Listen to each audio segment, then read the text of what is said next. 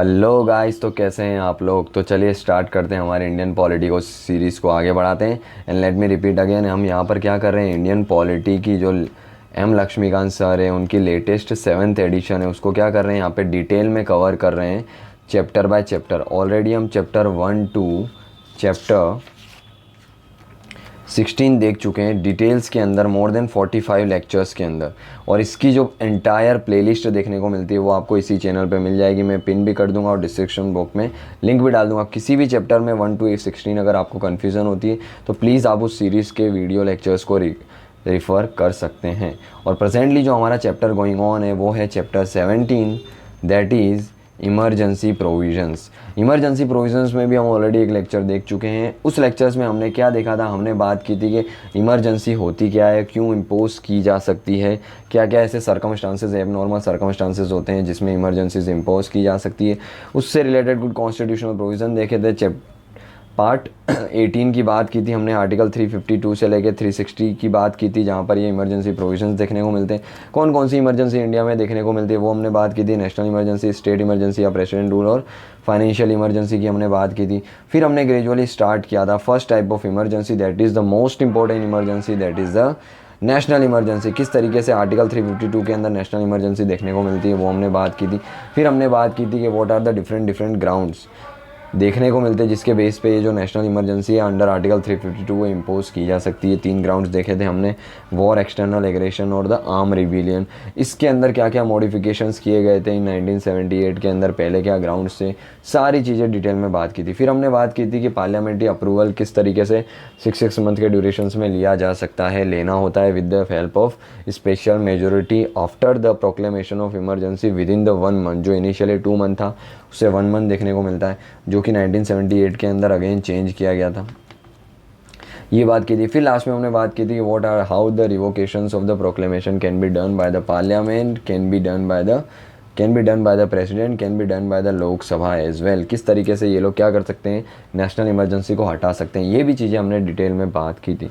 अगर आपको इससे रिलेटेड कोई कन्फ्यूज़न है तो प्लीज़ लास्ट लेक्चर देख सकते हैं। आपको एंटायर पॉलिटी की सीरीज़ भी आपको इसी चैनल पर देखने को मिल जाएगी। ऑलराइट, तो आज जिस टॉपिक से हम लोग शुरुआत करेंगे उसी लेक्चर्स के आगे के टॉपिक्स की बात करेंगे। और आज जो हमारा टॉपिक होने वाला है वो होने वाला है effects of the national emergency. हमने देखा under article 352 national emergency impose कर दी जाती है, बट क्या क्या उसके इफेक्ट होते हैं, नेशनल इमरजेंसी इंपोज करने से क्या होता है। तो 3 तरीके के इफेक्ट देखने को मिलते हैं हमको जनरली। हम 3 हेड में पढ़ेंगे ये effect on the centre state relation, in the tenure of a Lok Sabha, in the state legislative assembly का टेन्योर है, उनकी लाइफ है जो 5 ईयर्स की, उसको उसके ऊपर क्या इफेक्ट होती है। तीसरा, फंडामेंटल राइट पे क्या इफेक्ट होती है। फर्स्टली हम बात करते हैं सेंटर स्टेट रिलेशंस पे क्या इफेक्ट होती है। तो पहली चीज़ बात करें हम सेंटर स्टेट रिलेशंस पे किस तरीके की इफेक्ट की बात करेंगे, तो हम एग्जीक्यूटिव इफेक्ट की बात करेंगे, लेजिस्लेटिव इफेक्ट की बात करेंगे, और साथ ही साथ हम क्या इफेक्ट की बात करेंगे, तो भाई फाइनेंशियल इफेक्ट की बात कर रहे हैं। जब हमने सेंटर स्टेट रिलेशंस पढ़ा था तब भी हम ये 3 हेड में ही बात कर रहे थे। अगेन इस इफेक्ट को हम लोग क्या करेंगे, इमरजेंसी के दौरान भी किस तरीके से तीनों हेड पे इफेक्ट होते हैं उसकी बात करेंगे। पहले एग्जीक्यूटिव की बात करें हम कि एग्जीक्यूटिव इफेक्ट क्या देखने को मिलते हैं between the centre and state.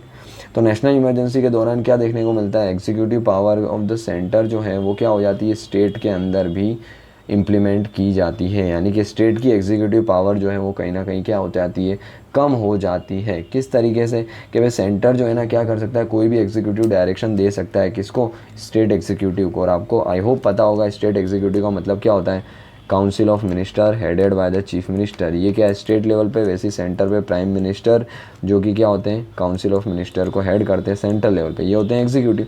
तो सेंटर क्या कर सकता है ड्यूरिंग, यानी कि सेंटर की एग्जीक्यूटिव है वो स्टेट को क्या कर सकते हैं, डायरेक्शन दे सकते हैं, और वो डायरेक्शन उन्हें माननी ही होती है।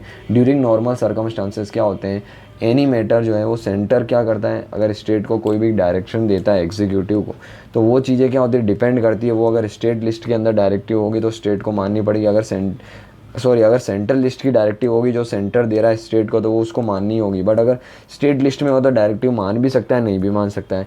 But during the time of emergency अगर सेंटर गवर्नमेंट ने यानी कि एग्जीक्यूटिव ने अगर कोई डायरेक्शन दी किसको, स्टेट को, तो ये डायरेक्टिव जो है ना उन्हें माननी ही होती है। और एनी मैटर यानी किसी भी मैटर पर सेंटर जो है वो क्या कर सकता है, स्टेट को डायरेक्टिव दे सकता है। क्लियर है। यानी कि स्टेट गवर्नमेंट को सस्पेंड नहीं किया जाता है, स्टेट एग्जीक्यूटिव को सस्पेंड नहीं किया जाता है, बल्कि क्या किया जाता है, पूरा कंट्रोल जो है वो सेंटर के हाथ में आ जाता है।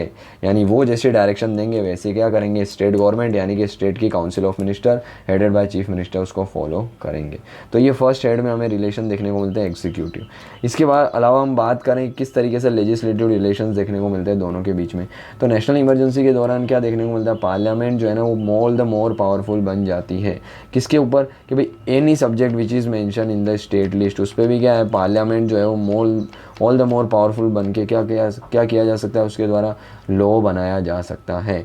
और legislative power of the state legislature जो है उसको कहीं ना कहीं सस्पेंड नहीं किया जाता है, पर कहीं ना कहीं क्या किया जाता है, उनकी जो पावर जो है उसको कर्टेल कर दिया जाता है। मतलब पार्लियामेंट जो है वो क्या कर सकती है, स्टेट लिस्ट के ऊपर लॉ बना सकती है। और साथ ही साथ क्या चीज़ें देखने को मिलती हैं हम लोगों को कि the normal distributions of a legislative power between the centre and the state जो है ना वो क्या होती है, कहीं ना कहीं सस्पेंड हो जाती है during the time of emergency. Though the state legislatures are not suspended, in brief the constitution become the unitary। यानी कि स्टेट लेजिस्लेचर्स को तो सस्पेंड नहीं किया जा सकता है, पर कहीं ना कहीं पार्लियामेंट के हाथ में पूरी पावर आ जाती है कि वो क्या कर सकती है, स्टेट लेजिस्लेचर जो काम कर रहे हैं यानी कि स्टेट लिस्ट पे लॉ बना रहे वो पार्लियामेंट खुद ही बना सकती है। एंड जो भी ये पार्लियामेंट लॉ बनाएगी during the time of emergency on the matter of state list, वो क्या होंगे, जैसे ही इमरजेंसी रिवोक की गई, जैसे यहाँ पे इमरजेंसी रिवोक की गई तो वो लॉ जो होंगे उन्हें 6 मंथ तक चलेंगे। 6 मंथ के बाद क्या होंगे, वो लॉ ऑटोमेटिकली सस्पेंड हो जाएंगे जो पार्लियामेंट ने बनाए स्टेट लिस्ट के ऊपर during the time of emergency. जैसे ही इमरजेंसी ख़त्म की जाती है, रिवोक की जाती है, उसके 6 मंथ के अंदर क्या देखने को मिलेंगे, ऐसे कोई भी लॉज होंगे वो क्या हो जाएंगे, they will be null and void, यानी कि सीजेस टू बी ऑपरेशंस, वो ऑपरेट नहीं होंगे आगे। Notably While a proclamation of a national emergency is in operation, the president can issue the ordinance। साथ ही साथ याद रखना कि जैसे हमें पता है गवर्नर जो है वो ऑर्डिनेंस इशू कर सकता है किसके अंदर, स्टेट गवर्नमेंट जब क्या हो, या स्टेट गवर्नमेंट या फिर हम बोल सकते हैं either house of the state legislatures यानी कि विधानसभा और विधान परिषद यानी कि स्टेट लेजिस्लेटिव असेंबली या स्टेट लेजिस्लेटिव काउंसिल अगर कोई भी एक सेशन में ना हो तो क्या है, गवर्नर ऑर्डिनेंस इशू कर सकता है अंडर आर्टिकल 216। वैसे ही प्रेसिडेंट भी during the time of emergency ordinance issue कर सकता है ऑन द मैटर ऑफ किस पे, स्टेट सब्जेक्ट पे प्रेसिडेंट भी ऑर्डिनेंस इशू कर सकता है। और साथ ही साथ क्या देखने को मिलता है अगर लेजिस्लेचर डोमेन की बात करें हम कि parliament can confer the powers and the impose the duties upon the centre हो गया officers and the authorise in respect to the matter outside the union list. यानी पार्लियामेंट कहीं ना कहीं क्या कर सकती है, सेंट्रल ऑफिसर्स जो है उनको भी ऑर्डर दे सकती है कि आप क्या करें, स्टेट के अंदर अपनी पावर एक्सरसाइज करें, जो भी मैटर है आउटसाइड द यूनियन लिस्ट यानी कि स्टेट लिस्ट का जो मैटर है उसके ऊपर भी क्या है पार्लियामेंट ऑर्डर दे सकती है सेंट्रल ऑफिसर्स को। बट ये चीज़ें क्या है हमको देखने को मिला 42nd कॉन्स्टिट्यूशनल अमेंडमेंट एक्ट 1976 के अंदर क्या चीज़ें देखने को मिली कि 2 कंसिक्वेंसेस देखने को मिले मेंशन अबो, यानी कि जो भी हमने ऊपर देखा, पहले क्या देखा एग्जीक्यूटिव पावर फिर लेजिस्लेटिव पावर देखी, ये दोनों जो पावर है ना वो that extend not only to the state where the emergency is in operations but also to the other state। यानी कि हो सकता है ना, हमने बात की थी लास्ट लेक्चर्स में कि इमरजेंसी को एक पर्टिकुलर पार्ट पे भी लगाई जा सकती है, होल ऑफ द कंट्री पे भी लगाई जा सकती है। तो ये जो प्रोविजंस हमें देखने को मिलते हैं सेंटर स्टेट रिलेशंस के, एग्जीक्यूटिव और लेजिस्लेटिव रिलेशन, ये सिर्फ उसी पार्ट में ही एक्सटेंड हो सकते हैं, ऐसा नहीं है, होल ऑफ द कंट्री में भी ये एक्सटेंड हो सकते हैं। क्लियर। इसके बाद थर्ड हेड्स की अगर हम बात करें जिसको हम बोलते हैं क्या, financial relations between the centre and state at the time of national emergency. क्या चीज़ें देखने को मिलती है भाई, प्रेसिडेंट जो है वो क्या कर सकते हैं, मॉडिफाई कर सकते हैं the constitutional distributions of the revenue, जो भी रिवेन्यू का शेयर डिस्ट्रीब्यूशन होता है, पैसा डिस्ट्रीब्यूट होता है between the centre and the various state, उसको क्या कर सकते हैं, कहीं ना कहीं रोक सकते हैं, मॉडिफाई कर सकते हैं। इसका मतलब प्रेसिडेंट कैन either रिड्यूस और cancel the transfer of finances from the centre to the state, ये सारी चीज़ें प्रेसिडेंट के हाथ में होती है। और ये जो मॉडिफिकेशंस होगा वो कब तक चलेगा, जब तक फाइनेंशियल ईयर है, जिस फाइनेंशियल ईयर के अंदर क्या है इमरजेंसी इम्पोज की गई होगी वो फाइनेंशियल ईयर तक ये प्रोविज़न चलेगा, जो भी सस्पेंड किया है रिवेन्यू शेयरिंग। साथ ही साथ every such order of the president has to be laid before both the houses of the parliament. और ऐसा कोई भी ऑर्डर जो प्रेसिडेंट क्या करते हैं रेवेन्यू शेयर के लिए सस्पेंड करते हैं, वो क्या करना होगा, कहीं ना कहीं लोकसभा और राज्यसभा यानी both the houses of the parliament से पास करवाना होगा, उनके फ्लोर पे रखना होगा। क्लियर। तो ये कुछ हमें देखने को मिलते हैं effect on the centre state relation at the time of national emergency. हमने लेजिस्लेटिव इफेक्ट देखी, एग्जीक्यूटिव इफेक्ट देखी और साथ ही साथ फाइनेंशियल इफेक्ट देखी किस तरीके से की जाती है। आई होप आपको क्लियर हुआ होगा।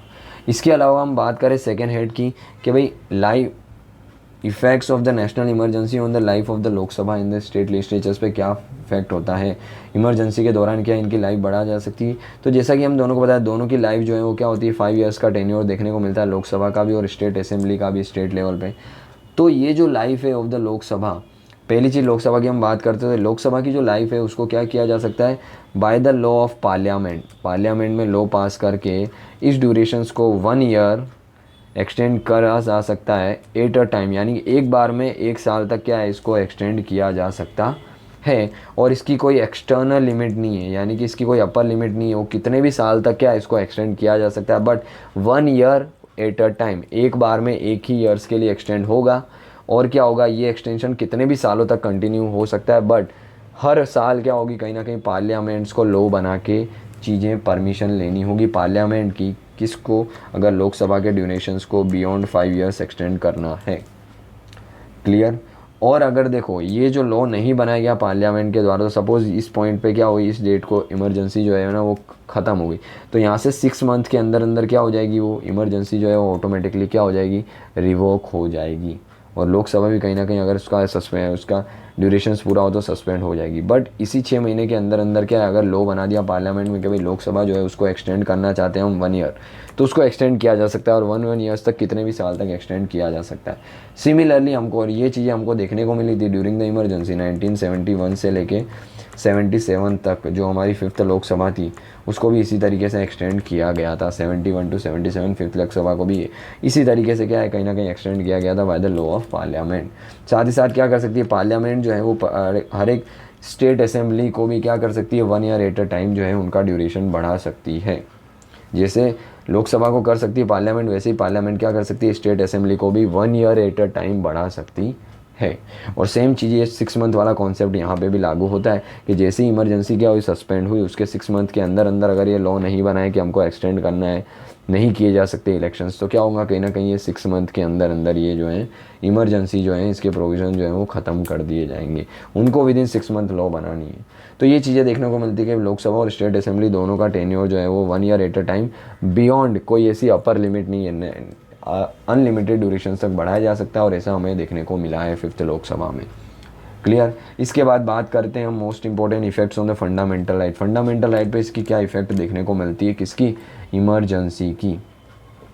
तो देखिए फंडामेंटल राइट की अगर हम बात करते हैं तो 2 आर्टिकल्स की बात करनी इंपॉर्टेंट हो जाती है। कौन से 2 आर्टिकल, आर्टिकल 358 एंड आर्टिकल 359, दोनों के बारे में हम डिटेल में बात करेंगे।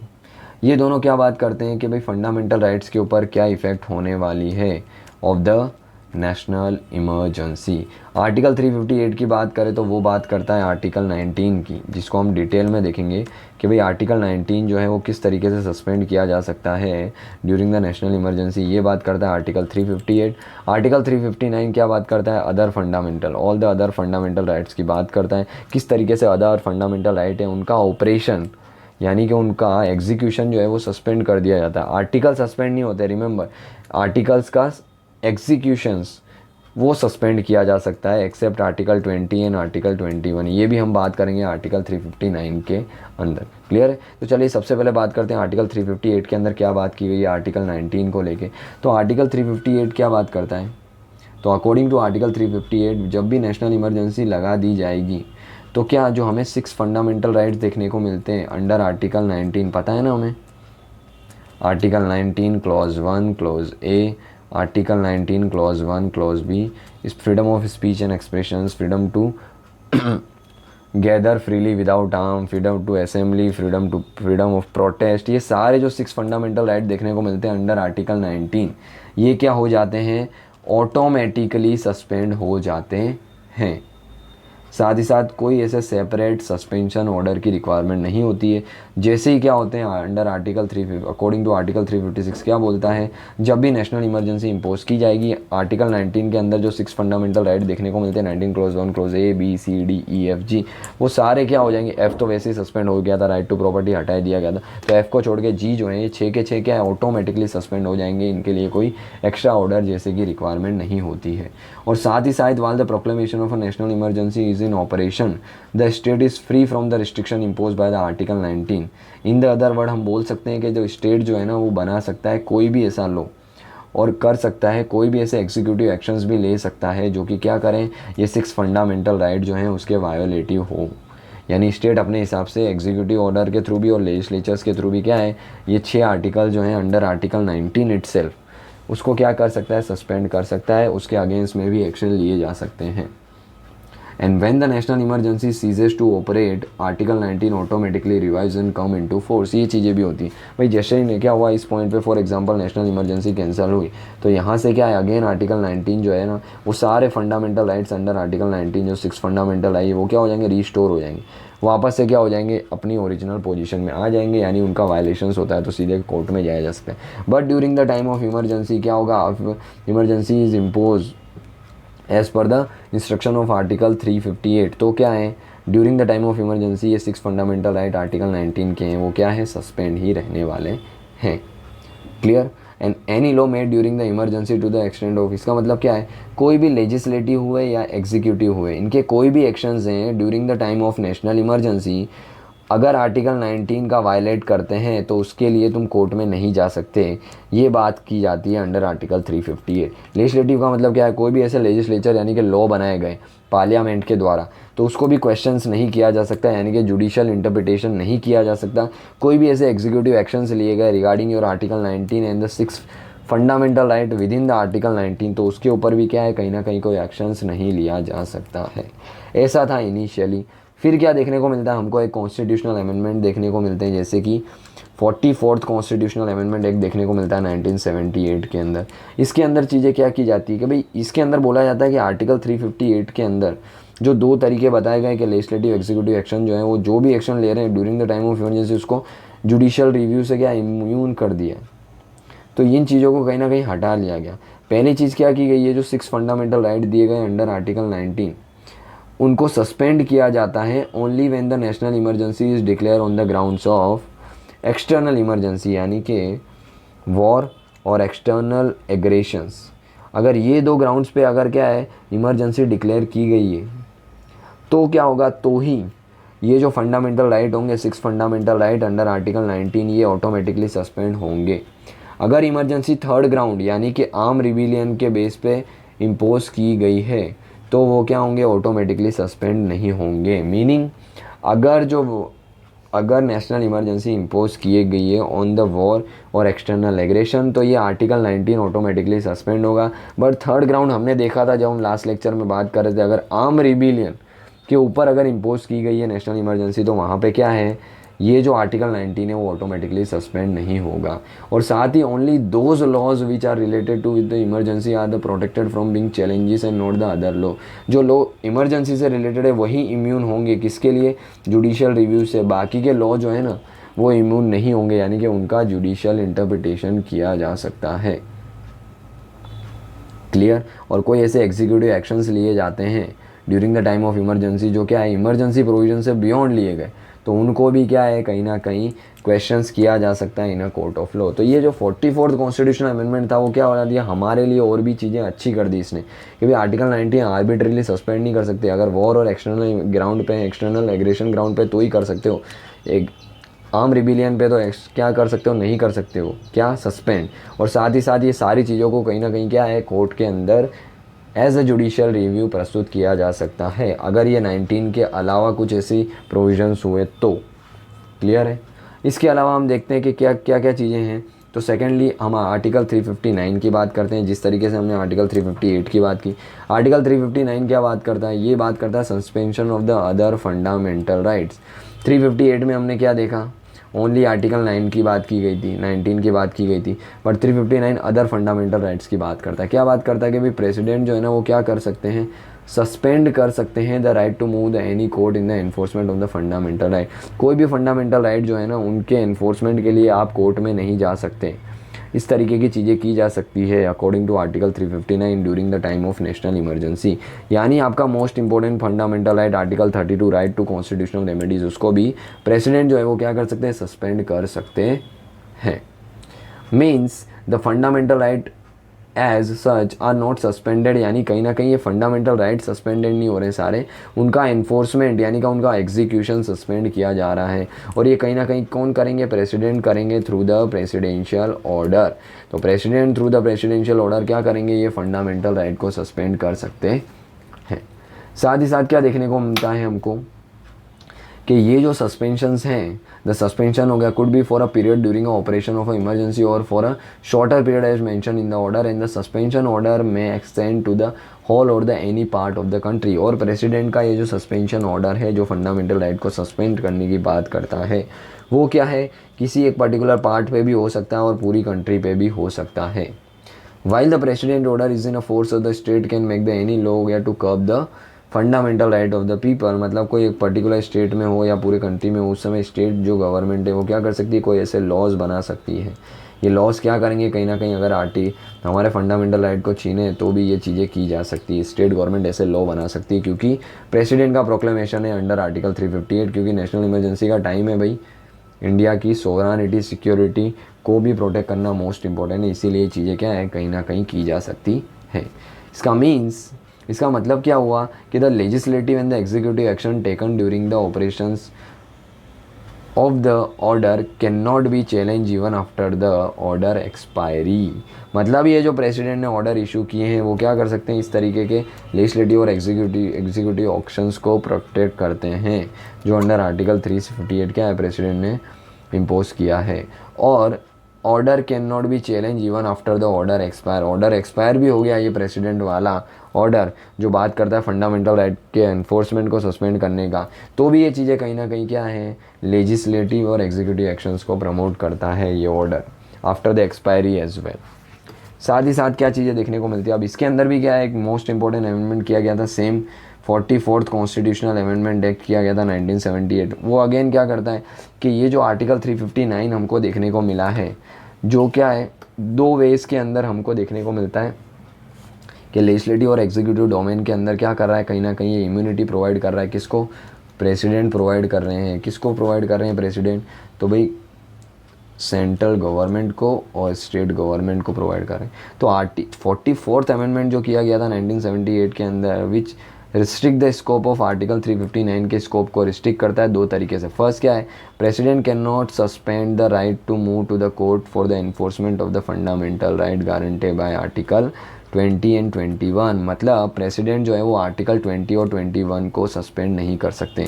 आर्टिकल 20 क्या बात करता है, तो again protection in the respect of the conviction for the offence. कोई भी ऑफेंस में अगर आपको कन्विक्ट किया गया है तो उसके अंदर जितने भी तीनों राइट्स देखने को मिलते हैं, हमने बात की थी आर्टिकल 20 के अंदर कि किसी को भी डबल जियोपार्डाई के कॉन्सेप्ट नहीं है, एक ही क्राइम के लिए डबल बार सज़ा नहीं दी जा सकती। वो जो तीन चीज़ें हैं वो 20 जो है वो चीज़ें डबल नहीं की जा सकती even during the operation of national emergency. Article 21 right to life and personal liberty जो है इनको भी सस्पेंड नहीं किया जा सकता। मीनिंग इस कॉन्स्टिट्यूशनल अमेंडमेंट के थ्रू क्या किया गया कि प्रेसिडेंट जो है वो आर्टिकल 20 एंड 21 को क्या नहीं सस्पेंड नहीं कर सकते हैं। साथ ही साथ only those laws which are related with the emergency are protected from being challenges and not the other law. Clear, तो याद रखना during the time of emergency article 20 and 21 cannot be suspended. Prelims के लिए important चीज़ बात करूँ तो याद रखना ड्यूरिंग द इमरजेंसी आर्टिकल 20 और 21 जो है इनको नहीं सस्पेंड किया जा सकता। और साथ ही साथ आर्टिकल 19 की अगर हम बात करें जो हमने आर्टिकल 358 के तहत देखा, इसमें क्या था कि अगर इमरजेंसी वॉर और एक्सटर्नल एग्रेशंस के ग्राउंड पे डिक्लेयर की गई तो 6 के 6 फंडामेंटल राइट जो है अंडर आर्टिकल 19 सस्पेंड हो जाएंगे। बट अगर इंटरनल डिस्टर्बेंस या फिर हम बोल सकते हैं आर्म रिबेलियन के ग्राउंड पे की गई तो ये सस्पेंड नहीं होंगे आर्टिकल 19 ऑटोमेटिकली। ये चीज़ें याद रखना, तो ये फैक्ट्स इंपॉर्टेंट है। क्लियर है, तो आई होप आपको क्लियर हुई होगी चीज़ें कि किस तरीके से हमको इफेक्ट देखने को मिलती है नेशनल इमरजेंसी की। अब एक मोस्ट इंपॉर्टेंट हम डिस्टिंक्शन देख लेते हैं कि भाई किस तरीके से 358 एंड आर्टिकल 359 में डिस्टिंक्शन देखने को मिलता है। ये हम ऑलरेडी बात कर चुके हैं, थोड़ा सा हम क्या करेंगे एकदम सेपरेट वे में डिस्कस करते हैं। जैसे कि देखिए आर्टिकल 358 क्या बात करता है भाई, आर्टिकल 19 के सस्पेंशंस की बात करता है। ऑन द अदर हैंड 359 क्या करता है, कहीं ना कहीं ऑल अदर फंडामेंटल राइट जो हैं उनके सस्पेंशन की बात करता है। क्लियर है ना। इसके अलावा बात करते हैं हम यहाँ पे क्या होता है, प्रेसिडेंट के ऑर्डर की रिक्वायरमेंट होती है, यहाँ पे क्या होती है, चीज़ें ऑटोमेटिकली होती है। इसके अलावा आर्टिकल 358 की हम बात करें तो that is automatically suspend the fundamental right under article 19। Yes automatically करता है, हमने बात कर चुके हैं। On the other hand article 359 की बात करते तो वो ऑटोमेटिकली सस्पेंड नहीं करता है अदर फंडामेंटल राइट्स को, but it only empower the president हो गया to suspend the enforcement of the specified fundamental right. यानी यहाँ पे प्रेसिडेंट स्पेसिफाई करेंगे किन किन फंडामेंटल राइट को सस्पेंड, उनके ऑपरेशंस को सस्पेंड करना है, उन्हीं चीज़ को किया जाएगा। और यहाँ पे तो आर्टिकल 19 है ही ओनली। आर्टिकल 358 की बात करें तो operate only in case of the external emergency, यानी कि वॉर और एक्सटर्नल एग्रेशंस के बेस पे ही अगर इमरजेंसी इम्पोज की गई हो तो क्या अंडर आर्टिकल 358 का यूज़ किया जा सकता है। जबकि 359 जो है on the other hand operate in case of both external emergency and internal emergency. दोनों चीज़ें क्या हैं, कहीं ना कहीं हमने डिस्कस किया, आप लास्ट लेक्चर्स को रिफ़र कर सकते हैं। एक्सटर्नल इमरजेंसी यानी कि वॉर और एक्सटर्नल एग्रेशंस के बेस पे इमरजेंसी डिक्लेयर की गई, और आर्म रिबिलियन के बेस पे की गई तो उसको इंटरनल इमरजेंसी कहा जाता है। तो ये जो आर्टिकल है 359 ये दोनों के लिए होता है, और ये सिर्फ क्या होता है, एक्सटर्नल इमरजेंसी के लिए ही होता है। आर्टिकल 358 की बात करते हैं, suspend the fundamental right under article 19 and the entire duration of the emergency. जब तक इमरजेंसी रहती है तब तक आर्टिकल 19 पूरा सस्पेंड हो जाता है अंडर आर्टिकल 358। जबकि आर्टिकल 359 की बात करें, suspend the enforcement of the fundamental right for a period of specify by the president which में other the entire duration of emergency और द शॉर्टर पीरियड। यहाँ पे जो अदर फंडामेंटल राइट सस्पेंड किए गए हैं वो प्रेसिडेंट डिसाइड करेंगे वो कितने ड्यूरेशंस तक उसको सस्पेंड कर सकते हैं। और यहाँ पे याद रखना जो 19 जो है ना, आर्टिकल 19 इटसेल्फ सस्पेंड हो जाता है, बट यहाँ पे इनका एनफोर्समेंट ही सस्पेंड हो रहा है। साथ ही साथ 358 की हम बात करें तो 358 extend to the entire country where the 359 जो है में extend to the entire country और a part depending upon the president, वो क्या चाहते हैं।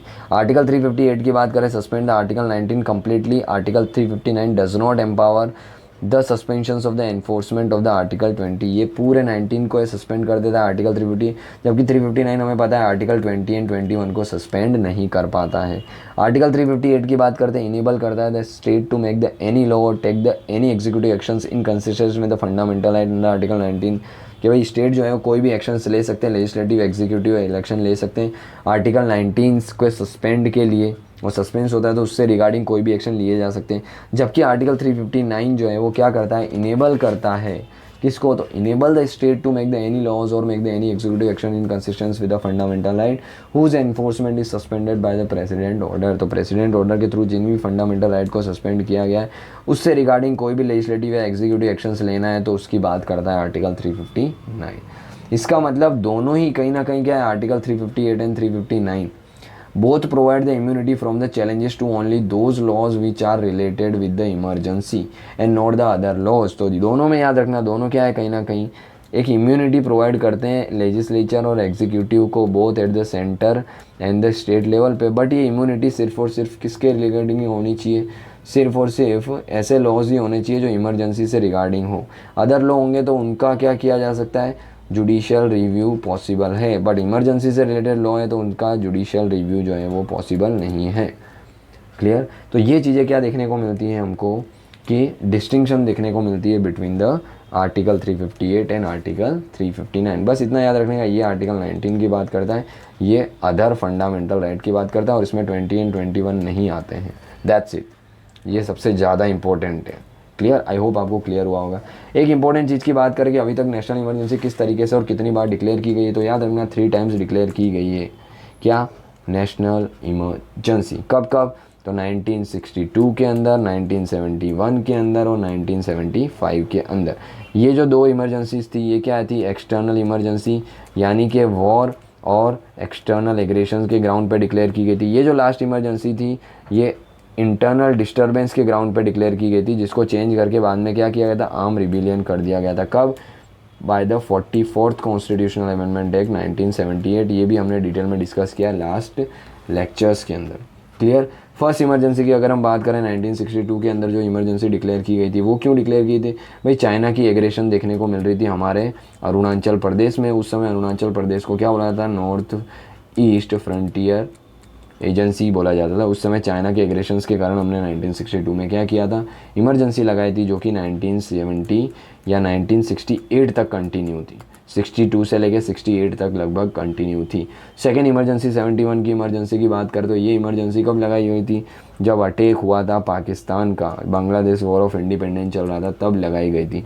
जबकि थर्ड इमरजेंसी जो है ना वो क्या है, ये इमरजेंसी के इवन दो हमें देखने को मिलता है, even when this emergency was in operation, और थर्ड प्रोक्लेमेशन 1975 71 वाली इमरजेंसी कंटिन्यू थी, और थर्ड इमरजेंसी का प्रोक्लेमेशन भी देखने को मिलता है 1975 के अंदर। Both second and third emergency जो हमें देखने को मिलती है 71 और 75 वाली, वो क्या की गई थी, रिवोक की गई थी एट द एंड मार्च 1977 में। जो सेकेंड और थर्ड इमरजेंसी को एक साथ रिवोक किया गया, क्योंकि फर्स्ट इमरजेंसी लगी थी ड्यूरिंग द पाकिस्तान का अटैक हुआ था तब, और वो कंटिन्यू थी, और इस बीच क्या था 75 की इमरजेंसी भी लगा दी गई, इसलिए दोनों को एक साथ मार्च 1977 में क्या किया गया था, रिवोक कर लिया गया था। दो इमरजेंसी तक तो ठीक है, थर्ड इमरजेंसी जो थी ये इंटरनल डिस्टर्बेंस के बेस पे जो इंदिरा गांधी ने 1975 में लगाई थी, ये मोस्ट कंट्रोवर्सी में थी। इसका मोस्ट वाइड स्प्रेड क्रिटिसिज्म देखने को मिलता है, इसीलिए जब रिवोक की जाती है मार्च 1977 के अंदर, तब न्यूली क्या किए जाते हैं, इलेक्शंस किए जाते हैं, और इलेक्शंस के अंदर क्या देखने को मिलती है, इंदिरा गांधी की हार देखने को मिलती है, और जनता दल की न्यू गवर्नमेंट फॉर्म होती है अंडर द मोरारजी देसाई। और ये क्या करते हैं, एक कमीशन बनाते हैं, और ये कमीशंस का क्या नाम होता है, शाह कमीशन। ये शाह कमीशन क्या करता है, टू इन्वेस्टिगेट करता है द सर्कमस्टांसेस दैट वारंटेड हो गया the declaration of emergency in 1975, कि भाई ये 1975 की इमरजेंसी डिक्लेयर की गई थी, वो सर्कमस्टांसेस क्या थे, सही थे या गलत थे। और ये कमीशन क्या है, कहीं ना कहीं वो डिक्लेयर करता है कि भाई वो इमरजेंसी लगाना ठीक नहीं था। और ये सारी चीज़ें हमको किसके थ्रू देखने को मिलती है, ये सारी सेफगार्ड जो हैं अभी हमने देखे, जो थर्ड ग्राउंड का जो नाम चेंज किया गया, इंटरनल डिस्टर्बेंस से आर्म रिबिलियन कर दिया गया, पार्लियामेंट्री अप्रूवल की बात की गई, रिटर्न में देना होता है काउंसिल ऑफ मिनिस्टर्स को, प्रेसिडेंट को, तभी इमरजेंसी लगाई। ये सारे सेफगार्ड कहीं ना कहीं हम पहले भी डिस्कस कर चुके हैं, 44th कॉन्स्टिट्यूशनल अमेंडमेंट एक्ट 1978 के थ्रू ही किए गए थे। क्लियर है। तो ये कुछ डिक्लेरेशन जो देखने को मिलती है, 3 टाइप इमरजेंसी लगाई गई थी उससे रिगार्डिंग देखने को मिलती है। क्लियर है। तो आई होप आपको चीज़ें समझ आई होगी, इमरजेंसी के रिगार्डिंग सारे प्रोविजन समझ में आए होंगे, खास करके नेशनल इमरजेंसी जो हमने डिटेल में डिस्कस की। क्लियर है। हमने आज बात किया कि किस तरीके से 3 बार डिक्लेयर की गई है इमरजेंसी, क्या देखने को मिलता है distinctions between the article 358 and 369, क्या क्या इफेक्ट होती है नेशनल इमरजेंसी पे। क्लियर। तो आई होप आपको ये तीनों चीज़ें डिटेल में समझ आई होगी। अगर कोई भी कन्फ्यूज़न होती है तो प्लीज़ कमेंट बॉक्स में आप अपना क्वेश्चंस पूछ सकते हैं। इससे या फिर इससे पहले के जो चैप्टर्स हैं इनमें कोई भी आपको कन्फ्यूज़न है तो आपको इसी चैनल्स पे डिस्क्रिप्शंस बॉक्स में आपको एक पूरी प्लेलिस्ट देखने को मिलेगी जो जिसके अंदर हमने डिटेल में सारे चैप्टर्स की बात की है। क्लियर है। ऑलराइट। तो चलिए, आपको चीज़ें पसंद आई है तो प्लीज़ लाइक करिए, शेयर करिए और सब्सक्राइब करिए हमारे चैनल को, ताकि हम जो है ज़्यादा से ज़्यादा लोगों तक, ज़्यादा से ज़्यादा एस्पिरेंट्स और सिटीजन्स के साथ जुड़ सकें, जिससे क्या हो कहीं ना कहीं सोसाइटी में एक पॉजिटिव चेंजेस आए। ऑलराइट। तो चलिए मिलते हैं इसके साथ नेक्स्ट लेक्चर्स में, तब तक के लिए जय हिंद।